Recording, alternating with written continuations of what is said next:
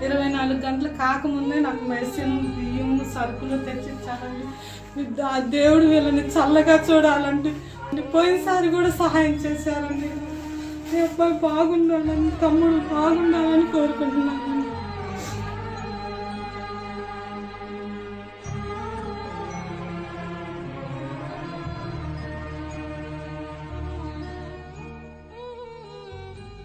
అక్క, నీ సమస్య చెప్పావు. నా పేరు భాగ్యలక్ష్మి. బ్రెయిన్ లో గడ్డలు వచ్చేసి చాలా ఇబ్బందికరంగా ఉంటుంది. షుగర్ ఉంది, బీపీ ఉంది, నరాలు బలహీనత వల్ల చాలా బాధపడుతున్నావు, తినడానికి కూడా జరగట్లేదు అని మా సహాయం కోరావు. వచ్చాము. గతంలో కూడా నీకు సహాయం చేశాము. గతంలో కూడా నీకు ఆర్థిక సహాయం చేశాను, బియ్యము వస్తువులు ఇచ్చాను, మెడిసిన్స్ ఇచ్చాను, మొత్తం ఇచ్చాను.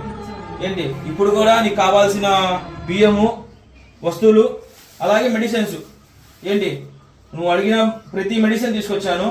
జాగ్రత్తగా వాడుకో, టయానికి తిను, ఈ టాబ్లెట్లు టయానికి వేసుకో. ఏమైనా అవసరం అయితే మళ్ళీ చెప్పు, మళ్ళీ సహాయం చేసి పెడతా. సరేనా? ఆరోగ్యం చక్కగా చూసుకోక, దాని మించి ఇంకేం లేదు. సరేనా?